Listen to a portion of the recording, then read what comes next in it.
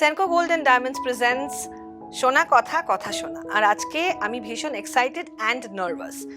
Excited because তাকে যতবার দেখি, যতবার তার সাথে অল্প কথা হয় বা অনেক কথা হয়, মুগ্ধ হই। Doctor Rupali Basu, MD and CEO, Woodlands multi speciality hospital. Thank you so very much Rupali di, যে তুমি আজকে সময় দিয়েছো। Thank you so much. অফিসের মধ্যে এই সময়টা পেয়েছি, এটার মধ্যে একটা অনেক অনেক অনেক ধন্যবাদ, যে তোমার কাছ থেকে সময় পাওয়াটাই তো একটা বিশাল ব্যাপার, আমি জানি।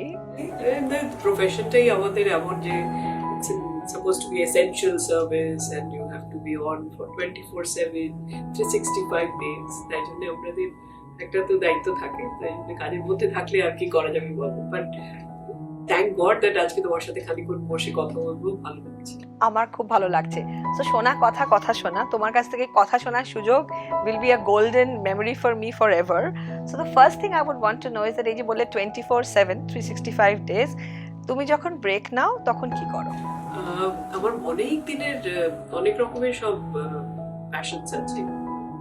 শুধু কাজের মধ্যে তো থাকলে হয় না, কাজের সাথে সাথে কাজ ছাড়া যে কাজগুলো, যেগুলো মানুষের মানসিকতাটা আরো বাড়িয়ে রাখে, আরো এনার্জি দেয়, উদ্দীপিত করে, ওইগুলো খুব দরকার। তার মধ্যে একটা হচ্ছে ডিজাইন করা, স্পেসিফিক্যালি শাড়ি ডিজাইন। ওই জেনারেলি শাড়ি পরি, আদার দ্যান দ্য স্ক্রাবস যেমন আজকে পরেছি, বা কুর্তা যে পরি না তা না, বাট খুব কম, বেশিরভাগ সময়টাই শাড়ি পরি। আর নিজের শাড়িগুলো মনে হয় যে ডিজাইন করলে ভালো। তো আমি অনেক বছর ধরে শাড়ি ডিজাইন করছি, কলেজে থাকাকালীন বন্ধুদের, তারপরে সিনিয়রদের, জুনিয়রদের অনেক করে দিয়েছি। তারপরে মাঝখানে একটা ডিমান্ড হলো যে রূপালীদের শাড়িগুলোকে বা রূপালী শাড়িগুলোকে আমাদের সবার জন্য ডিজাইন করতে হবে, শুধু নিজের শাড়ি ডিজাইন করলে হবে না। তাই জন্য মাঝখানে আমি এক্সিবিশনে করেছি, প্রায় 900টার উপরে শাড়ি আমরা ডিজাইন করেছি, এক্সিবিশন করেছি, লিমিটেড সেলও হয়েছে। যদিও এই সব প্রসিডস গুলো আমরা আমাদের ফাউন্ডেশনে যাই, বাট করেছি। সেটা একটা বিরাট বড় কাজ আমার। তাছাড়া অফকোর্স ছবি আঁকা, গান শোনাটা অতটা হয় না, তবে গান বোঝাটা খুব খুব ইম্পর্টেন্ট, এবং সেটা কানে আসে এবং সেটা এনজয় করি। পিওরলি ক্লাসিক্যাল মিউজিক, রবীন্দ্রসঙ্গীত, কাজী নজরুলের গান, এগুলো। এছাড়া বই পড়া, ঘোরা। আমার আরেক কতগুলো ইন্টারেস্টিং এরিয়া আছে, হচ্ছে হেরিটেজের উপরে আমার খুব ইন্টারেস্ট। হিস্ট্রি অ্যান্ড হেরিটেজ, যেটা আমার স্কুলে খুব উইক সাবজেক্ট ছিল, একদম নম্বর পেতাম না, কিন্তু পরে বড় তুমি আবার নম্বর পেতে না, এরকম হয় না? একটাই সাবজেক্টে খুব খারাপ ছিল, সেটা হচ্ছে হিস্ট্রি। বাট সেটা পরে আমি দেখেছি যে হিস্ট্রি এবং মানুষের যে পাস্টটা, যেখান পেরিয়ে আমরা আসি আজকে হই, সেটার একটা ইন্টারেস্টিং এরিয়া, সেটার সম্বন্ধে খুব ইন্টারেস্ট এখন হয়েছে। তাই জন্য আমি এখন, আমাদের একটা গ্রুপ আছে ক্যালকাটা হেরিটেজ কালেক্টিভ, তারা বিল্ট হেরিটেজের উপরে কাজ করি। মানে যেসব বাড়িগুলো 100 বছরের পুরনো, এইসব বাড়িগুলো নিয়ে আমরা তাদের কারা থাকতেন সেই সময়, তারপরে এখন কি হচ্ছে, কিভাবে এগুলোকে রেস্টোর করা যায়, বা কিভাবে রেসপেক্ট দেওয়া যায়, পাস্টটাকে তো রেসপেক্ট দিতে পারে। তো সেই নিয়ে কাজ করি, সেটা একটা বড় সময় যায়। আর মা, আমার শাশুড়ি মা Shrimati Gita Basu welfare society for the blind স্থাপনা করেছিলেন, সোসাইটি ফর ব্লাইন্ড পিপল। তাদেরকে মানে অন্ধদেরকে শেখানো এবং কাজ শেখানো এবং তাদেরকে নিজের পায়ে দাঁড়ানো, এই কাজটা করতেন উনি বছর ধরে। 1970 সালে সংস্থাটা উনি করেছিলেন, ফাউন্ড করেছিলেন। She was the founder president for 25 years. নিউ আলিপুরে আমাদের welfare society for the blind, ওটা এখন মায়ের নামে গীতা বাসু ট্রেনিং সেন্টার ওদের চলে, এবং সেখানে আমি ফুলি ইনভলভড। ওদের কমিটি আছে, ইটস এ ট্রাস্ট, সো ওখানে সোসাইটি অ্যাকচুয়ালি, সেখানে আমরা কাজ করি। এবং এখনো মানে অন্ধদের যেটা তখন মা করতেন, ওদেরকে শেখাতেন যে কি করে রাবার ব্যান্ড তৈরি করা, ম্যাট তৈরি করা, আমাদের রুম ছিল সেগুলোতে ছাড়ও তৈরি করা, সাবান, মানে এটা কি স্বনির্ভর গোষ্ঠীর একটা, এবং ওদেরকে তৈরি করা যে ইকোনমিক্যালি যাতে ওরা দাঁড়াতে পারে, এবং তারপরে তাদেরকে প্লেস করা হতো। সেই জায়গা থেকে আজকে আমরা ওদের কম্পিউটার ট্রেনিং দেওয়া হয়। Today we use software call জজ which talks to them. So অন্ধরা এখন কম্পিউটারে কাজ করে, এবং সেই যে পুরো ট্রান্সফরমেশনটা ফ্রম ওই হাতের কাজ থেকে এখন কম্পিউটারে কাজ করা, এবং ওরা কত জায়গায় যে চাকরি পাচ্ছে সেটাও আমরা চেষ্টা করি। চেষ্টা করি যে ট্রেনিং সংখ্যা 100-র মধ্যে রাখতে, কারণ তো সবারই ভলেন্টারিলি আমরা কাজটা করি, তো আমাদের সবারই নিজেদের প্রফেশন আছে, তার সাথে এই কাজগুলো করা, সেটাতে অনেকটা সময় যায়। 24 ঘন্টা তো আমি হিসেবে মানে আমার তো মনে হয় যে 24 ঘন্টা মিনিমাম 42 হলে তুমি তাও একটু ম্যানেজ করে উঠতে পারতে। আর আমি খুব কাজের দিকে ভীষণ ফোকাস করি। আমার কাজে আমাকে লোকেরা খুব মানে আমার কলিগরা খুব ভয় পায় আমাকে, যে এই তো থামবে না, মানে কোথাও থামবে না, এত পারফেকশন, সব জিনিস ঠিক করে হতে হবে, খুব ফিনিকি। এবং মানে একটা কাজ শেষ হলে যে সেটা নিয়ে একটু যে সময় দেবো সেটা করি না, তারপরে আরেকটা কি, তারপরে আরেকটা কি, 2-3 জনের কাজ একসাথে করার চেষ্টা করি। সো ন্যাচারালি সবাই মিলে কাজের সংখ্যাটা অনেকটা বেশি, হ্যাঁ কাজের সময়টা অনেকটা বেশি, দ্যাটস ট্রু।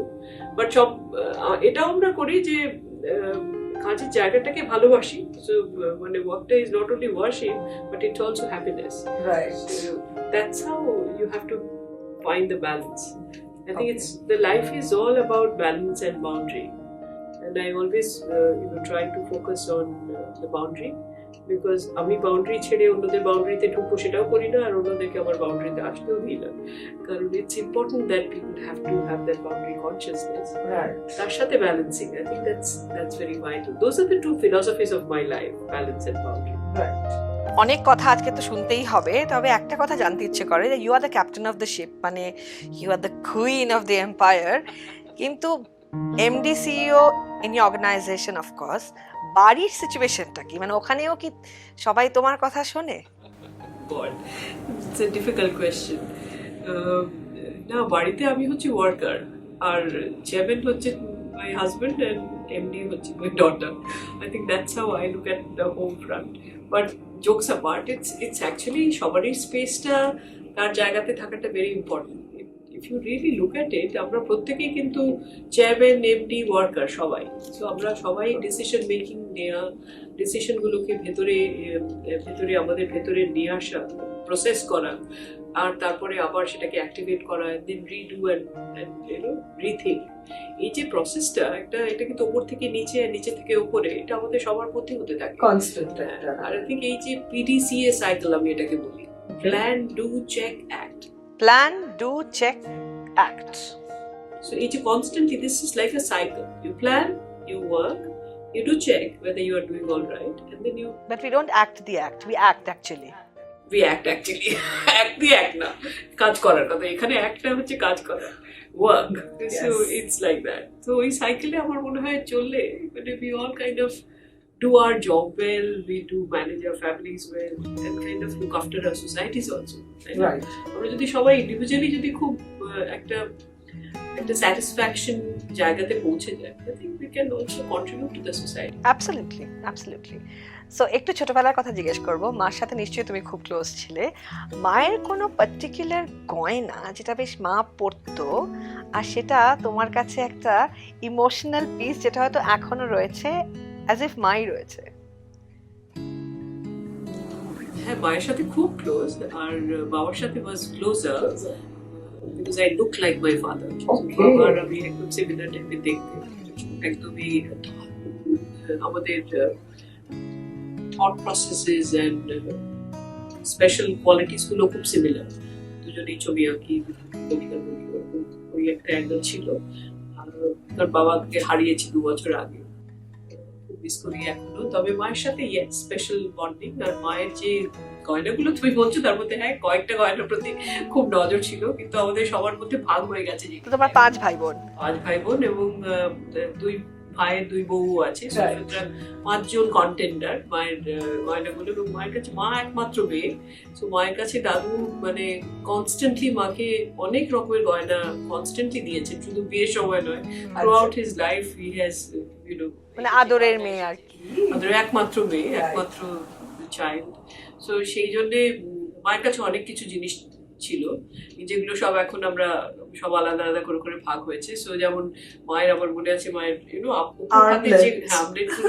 ইটস লাইক মুকুটের মতো, সেগুলো মা মুকুট বানিয়ে 2 বৌমাকে দিয়ে দিয়েছেন। সো সেগুলো আছে আমার কাছেও, কয়েকটা মায়ের গয়না রয়েছে, এবং দাদুর গয়নাও রয়েছে, যেটা দাদু মাকে দিয়েছিলেন।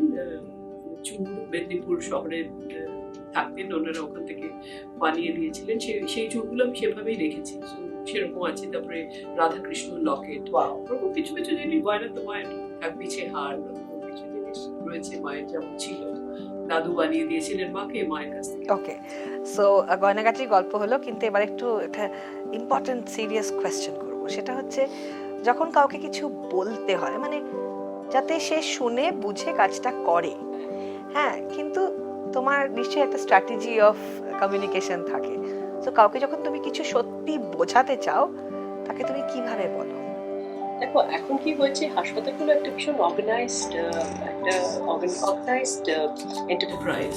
তাই জন্য আমি তো অনেক বছর হয়ে গেল হাসপাতাল চালাচ্ছি, 30 ইয়ার্স, মাত্র 30 বছর কাজ করছেন উনি। সো এখন একটা ম্যাথমেটিক্স এর মতো চালানোটা। সো আমরা যেটা করি, একদম বোর্ড অফ ডিরেক্টরস হচ্ছে একদম উপরে, আমি part of the board also, আমি director of the board plus I the top position the CEO. তারপরে যেভাবে আমরা অর্গানোগ্রামটাকে সেট করি, সেটাতে কয়েকজন ভার্টিক্যাল হেডস থাকে। যেমন ধরো কোয়ালিটি, আমাদের ক্লিনিক্যাল কোয়ালিটিটা খুব ইম্পর্টেন্ট, কোয়ালিটি একজন হেড থাকবে, চিফ কোয়ালিটি অফিসার।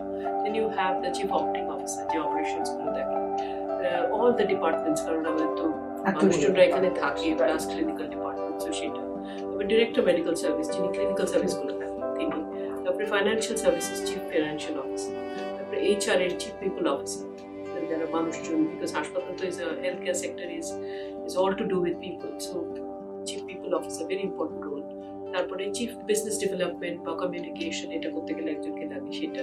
তারপরে লিগাল অফিসার। সো এইসব যে ভার্টিক্যাল হেড যারা, তারা আমাকে রিপোর্ট করে, কিন্তু তাদের আন্ডারে ডিপার্টমেন্টস গুলো আছে, through HODs, supervisors, and then go to the staff.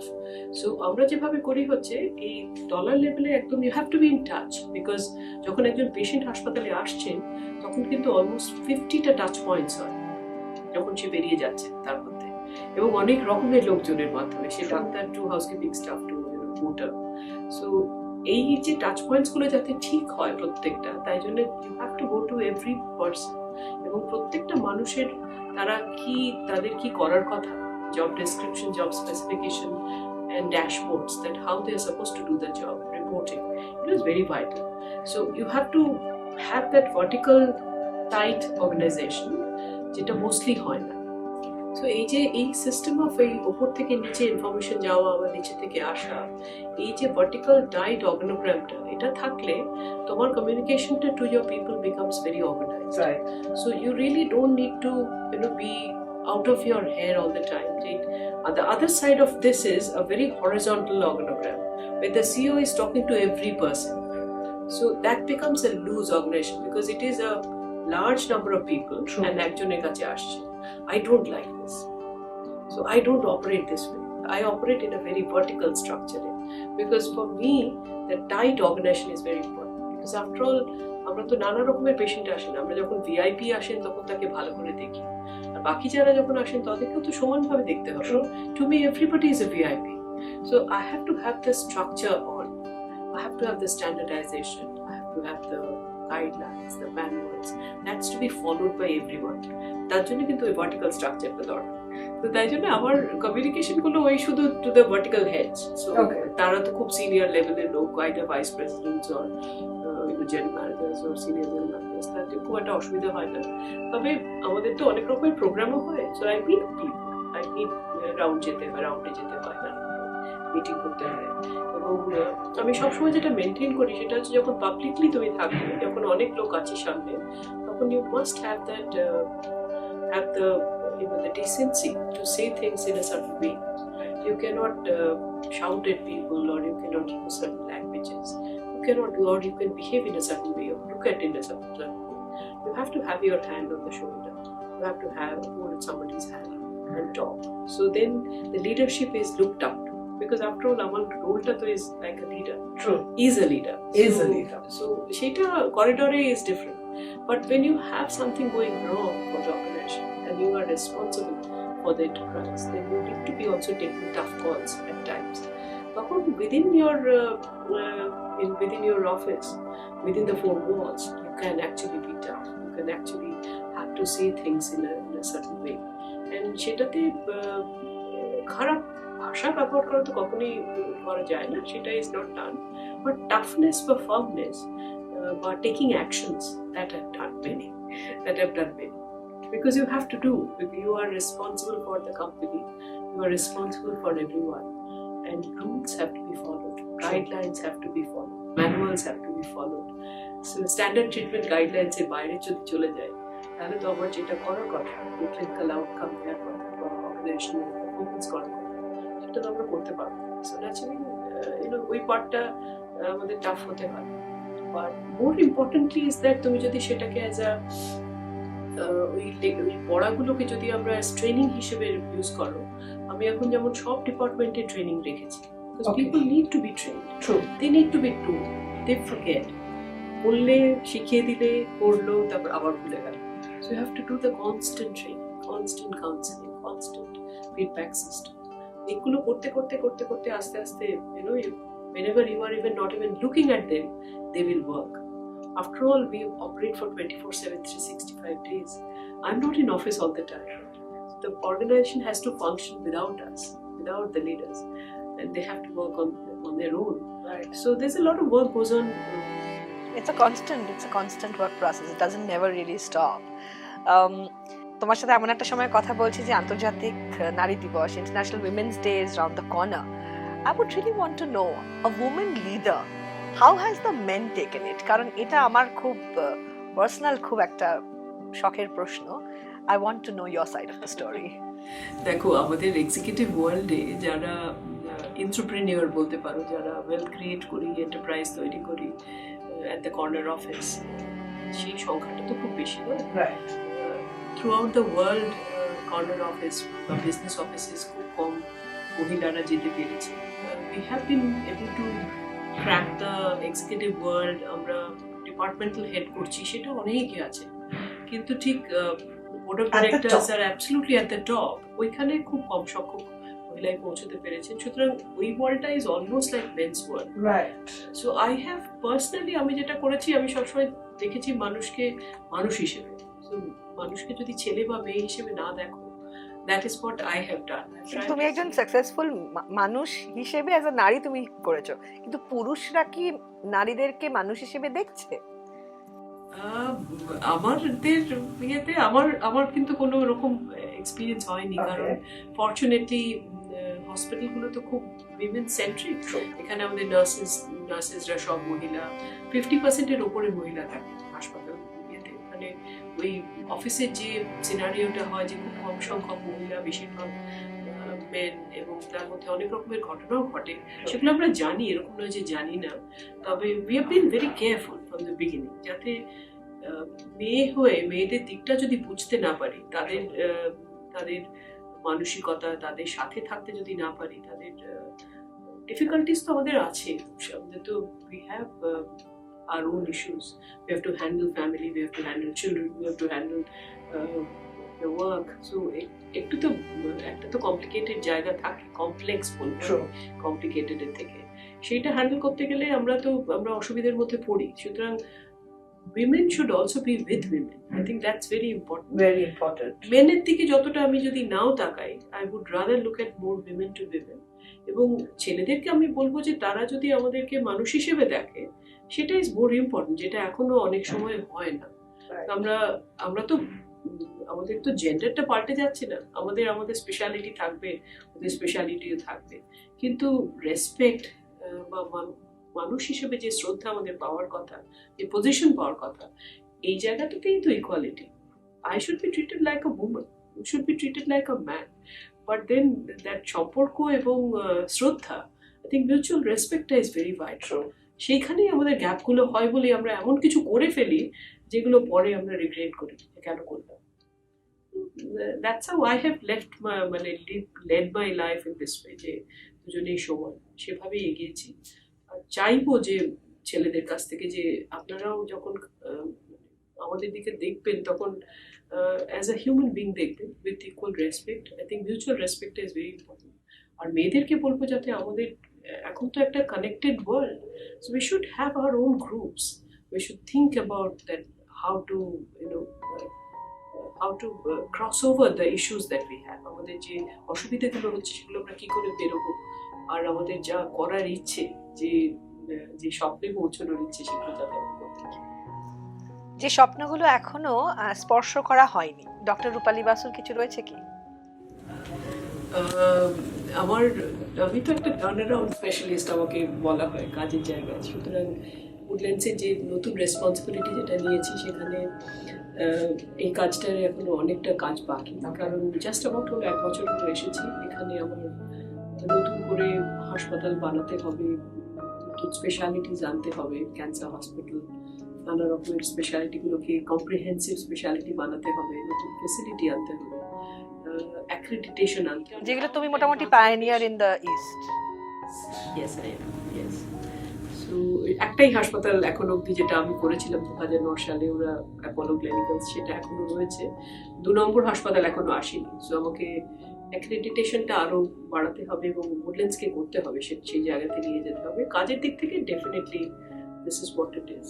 R personally I think আমার এখনো আরো অনেক, আমি অনেক দেশ ঘুরেছি, অনেক দেশ দেখেছি, আরো হয়তো বাইরে যদি দেখতে পারি মানুষের সাথে। কোন কোন জায়গাগুলো এখনো মানে যাওয়া বাকি আর ওগুলো বাকেট লিস্টে আছে? নট স্পেসিফিক্যালি ওরকম ভাবে বলতে চাই না, তবে পৃথিবীর অনেক দেশ এখনো দেখা হয়নি, বেশিরভাগ দেশ হয়ে গেছে। I think I travel more than 50টা দেশ তো হয়ে গেছে দেখা, কিন্তু এখনো কিছু জায়গা আছে যেখানে আমাকে যেতে হবে।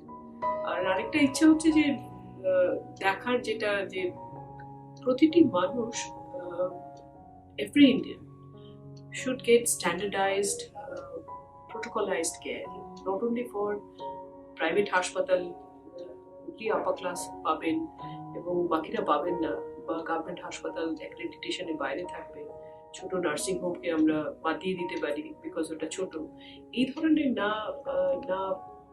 এতে না গিয়ে আমরা যদি প্রতিটি মানুষকে standardised guidelines, standard treatment guidelines, যেটাকে আমরা STGs বলি বা ক্লিনিক্যাল পাথওয়ে বলি, সেইভাবে যদি প্রতিজনকে দেখি আর করতে পারি, তাহলে I will think that my dream will be fulfil.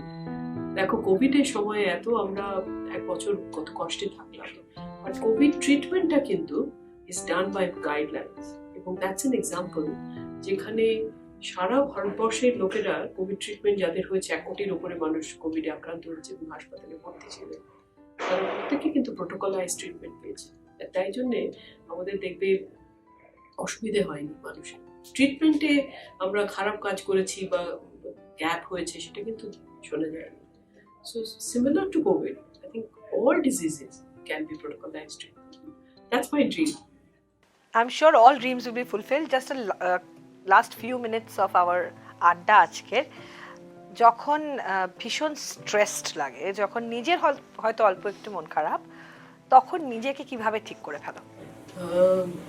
আমার একটা অভ্যেস আছে, প্রত্যেকদিন আমার একটা ফিডব্যাক সেশন হয় নিজের সাথে।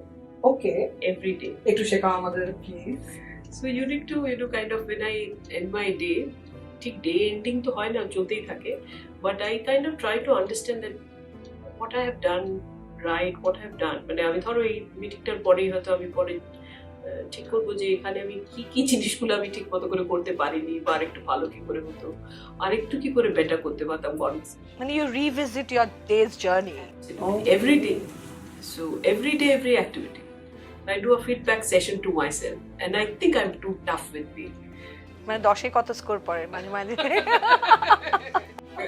বেশিরভাগ সময় কোনো ভালো মার্কস পাই না, সবসময় মনে হয় যে আবার ঠিক করে এটা যদি করতাম তাহলে ভালো হতো। তো এই feedback সেশনটা I think it's two tough, এতটা টাফ হওয়া উচিত না, but I am a ফিনিকি person, I am very, মানে সব চেষ্টা করি যাতে সব জিনিসটা কি করে পারফেক্টলি হয়। I know that perfect world doesn't exist, Rupsa, but I still pursue. তুমি একজন পারফেকশনিস্ট, মানে এটা তো মানতেই হবে।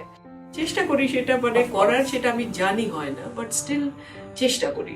So that gives me the the next interactions a little better than the past one. এইভাবে আই থিঙ্ক এগিয়ে যায়। তবে আমার বন্ধুরা আমাকে বলে যে এত টাফ হোস না, এবারে রিল্যাক্স করতে পারিস। So I have decided that will do a weekly feedback session rather than daily, but I know it is not going to happen. খুব রিসেন্টলি সরস্বতী পুজো গেছে এবং সেখানে বহু বছর বাদে, মেবি কলেজের পরে প্রথমবার আবার আলপনা দিলে। তারপরে কি এবার আমরা কি তোমার পেইন্টার রূপালী বাসু যে সাইডটা, সেটা এখনো সেভাবে প্রকাশ পায়নি, which I think is a big part of your core, ওটাকে কি তুমি এক্সপ্লোর করছো? নট রিয়েলি না, বাট অ্যাকচুয়ালি মানে ছোটবেলায় ছবি আঁকতাম ঠিকই, আর আলপনা দেওয়াটা ওয়াজ ভেরি স্পেশাল একটা আমার কাজ ছিল।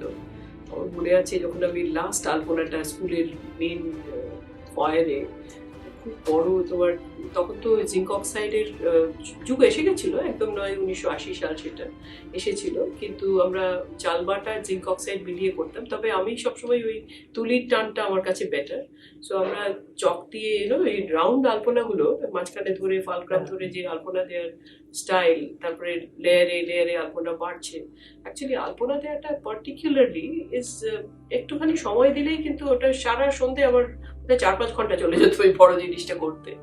এখানে সেটা হঠাৎ মনে হলো যে এখানে ঠাকুর, আমাদের সরস্বতী ঠাকুরের আমরা একটা ইয়ে করছিলাম আমাদের হাসপাতালে, তখন মনে হলো যে জাস্ট একটু দেখি তো 2-3 মিনিটেই একটা তুলি দিয়ে বলতেই তো সব এসে গেল জিঙ্ক অক্সাইড। এবং তুমি 1 মিনিটে দেখলাম তুলির টান, স্ট্রোকস দেখে বোঝা গেল that has been a master stroke.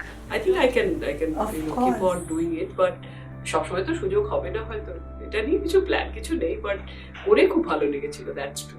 মানে ডেইলি শীটে ভালো স্কোর পেয়েছিল তো?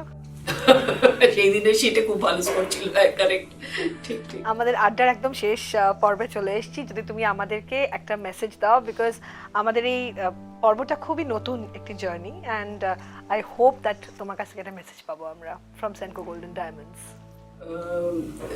আমার সবসময় মনে হয় যে 3টে জিনিস খুব ইম্পর্টেন্ট। একটা হচ্ছে ইন্টেলিজেন্স, অর্থাৎ যেখানেই আমরা কাজ করি না কেন, দ্যাট টেকনিক্যাল ইন্টেলিজেন্স বা নলেজ যেটা, সেটা is very vital. So keep reading. প্রত্যেক দিন আমাদের হাতের কাছে মুঠোর মধ্যেই, মুঠোফোনে সব রয়েছে, কম্পিউটারে রয়েছে প্রচুর নলেজ, প্রচুর জ্ঞান আমাদের সামনে, ইনফরমেশন ঘোরাফেরা করছে। সো একটা উইল বি ইন্টেলিজেন্স তৈরি করা নিজেদের। আরেকটা হচ্ছে ইন্টেগ্রিটি। ইন্টেগ্রিটিটা ইজ এক্সট্রিমলি ভাইটাল। আমাদের পৃথিবীতে এত কমপ্লেক্স আর এত আমরা নানা রকমের জিনিস দেখি, অ্যানসিবিলিটিটা দেখতে পাই না, ক্রুয়েলটি দেখতে পাই, এগুলোতে বড্ড খারাপ লাগে। So I think focus on integrity. আরেকটা হচ্ছে এনার্জি, মানে নিজেদের ড্রাইভ আর প্যাশন আর এনার্জির কোনো বিকল্প নেই। সো এই IIE এটা আমার হচ্ছে একটা মন্ত্র, ওয়ারেন বাফের কাছ থেকে পাওয়া, খুব শ্রদ্ধা করি তাকে। So focus on intelligence, integrity and energy. আজকে এই ফর্মুলার উপরে আমার বক্তব্য নিয়ে রাখতে চাই। Thank you so much for your time. A little something from Senko Gold. Thank you so much. And the last question, এটা না জিজ্ঞেস করে পাচ্ছি না, how are you so perfect? রাজ क्या है? Oh God. এটা না শুনে কথা শোনা শেষ হবেই না। Starts from the childhood actually. আমি প্রথম থেকেই এরকম, ভীষণ ছোট্টবেলায় আমার মনে আছে আমি ছবি আঁকাতে আমাকে জাস্ট টিনেজার টাইপ বিয়েতে যখন হয় না, বন্ধুদের দাদারা তাদের সাথে আলাপ হচ্ছে। সো আমার বন্ধু খুব ভেরি ক্লোজ ফ্রেন্ড সুস্মিতা, ওর দাদা কলকাতা থেকে গেছিলেন, আমরা তো দুর্গাপুরে। সো আমার ওই ছবি আঁকার বড় বড় শিটে আমরা ছবি আঁকছিলাম সব করে, বর্ন আর্টিস্ট। সো এটা শুনে আমার মনে হলো যে it still kind of remembrance. I think she has lost her brother এখন আর নেই, বাট ওই কথাগুলো এখনো মনে আছে from a very And the school all-rounder? School all-rounder, yes. I used to be the school prefect. I was the sports commentator, school magazine editor, Republic Day NCC resurgent. So I had badminton champion. Rifle shooting, yes. Rifle shooting, I used to have a very, very good score. And above all, I used to be the first girl in class. So academics, একদম school বোর্ডে নাম আছে head গার্লের। So সে সবগুলো একসাথে করতে পেরেছি। I don't know how I did it, but I think I have a lot of energy in me. IIE পড়াশোনা করেছি, খুব কেটেছি। আর কিছু জিনিস is uninfluenceable, you can't influence me. That is the integrity with মাঝখানে একটা, whatever you say, wherever you put me, you will not be able to take away my values, my ethics. You will not be able to even dent. So I'm uninfluenceable in those areas. Majkhanta is uninfluenceable. Intelligence, you have to keep growing, and you have to have a lot of energy. Because যখনই perfection এ আসতে গেলে, you need to do it, ছেড়ে দিলে হয় না। That ও ঠিক আছে, এটা তো হয়ে গেছে, এই কথাটা বলা যায় না। I have to keep trying it. Do your best, মানে যার যতটা বেস্ট ততটা অবধি করা উচিত। Push myself a lot. So সেটার জন্য you need that additional energy, otherwise হয় না। So I never say that no, this is fine. So it is fine for me. It's always that I have to do more. And I think that একটা cup of coffee যদি তোমার কাছে আসে, it can be made better. And the second cup of coffee comes, it can be made better.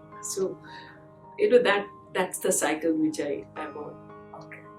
So the next time when I'm able to make a little better coffee, I will let's have coffee together. And thank you so much, Dr. Rupali Basu, for your time. Mane, each time is a fresh adventure when I talk to you, because just ekটু জানলে মনে হয় আরো জানতে চাই, I want to know you more. Thank you so very much on behalf of Senco Gold and Diamonds, and thank you. Namaskar. Thank you so much, Monica.